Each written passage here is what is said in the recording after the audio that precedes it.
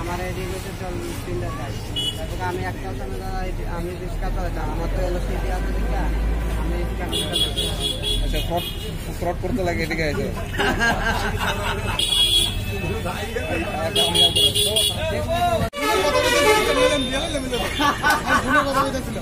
আরে নেওয়ার জন্য দুটো দেরি আছে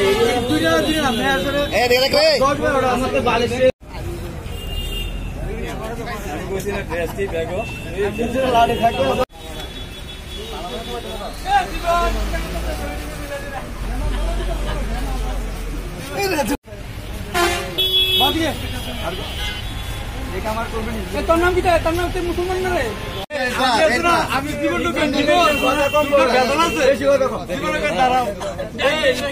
অরিজিনাল মানুষ আছে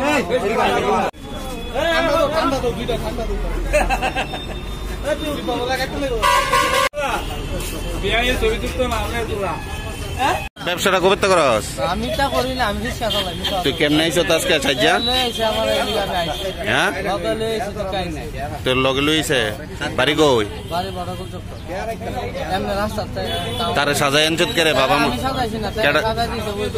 হ্যাঁ হ্যাঁ তুই সাজাইছ। আজকের এই বিষয়টা কি নজরে দেখতেছেন? আমাদের সনাতন ধর্মে বিধিনিবাস অনুযায়ী যাদের মা বাবা মারা যান তারা ক্রিয়া কাজ করার জন্য তারা সাদা বস্ত্র নিয়ে মানুষের কাছ থেকে সাহায্য করে মা বাবার কাজ করেন।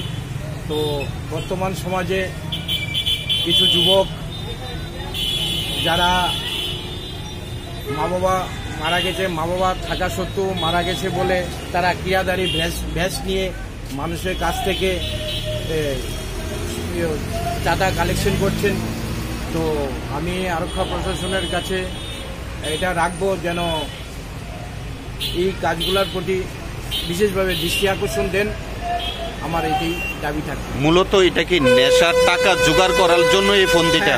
মূলত আমি দেখা গেল যে তাদের গায়ে বিভিন্ন সিরিজ এবং বিভিন্ন দাগ রয়েছে তাদের শরীরে, তো নেশা করার জন্য তারা এরকম পরিধান করেছেন। মা বাবা চাঁদা তুলতেছে, মানে এটা চাঁদা তুলতেছে নেশার। দরবারটা লাগাইছে এদিকে দুইটা ছেলে, মানে একটা ছেলে বাবা মারা গেছে অফিসের গ্যাস ধরে দোকানের সামনে আছে টাকার জন্য। তখন ওদেরকে দেখে আমার একটু সন্দেহ হয়, ঠিক আছে। সন্দেহ হওয়ার পরে তখন আমি তো আমার সামনে জীবন ছিল, জীবনটা বললাম জীবন এই দেখো তো ঘটনাটা মনে হয় একটু ডুপ্লিকেট। তখন জীবন সঙ্গে সঙ্গে ওদেরকে চার্জ করার পরে ঠিকই মানে ওরা ডুপ্লিকেট, ওদের বাবা মারা যায়নি, ওরা মানে একটা ব্যাস ধরে এসেছে। তারপরে যে সেটা আমরা যাতে বিগত দিনে যাতে এরকমভাবে যাতে আর কেউ না আসে, আর তার জন্য আমরা ওদেরকে থানা দিয়ে দিয়েছি।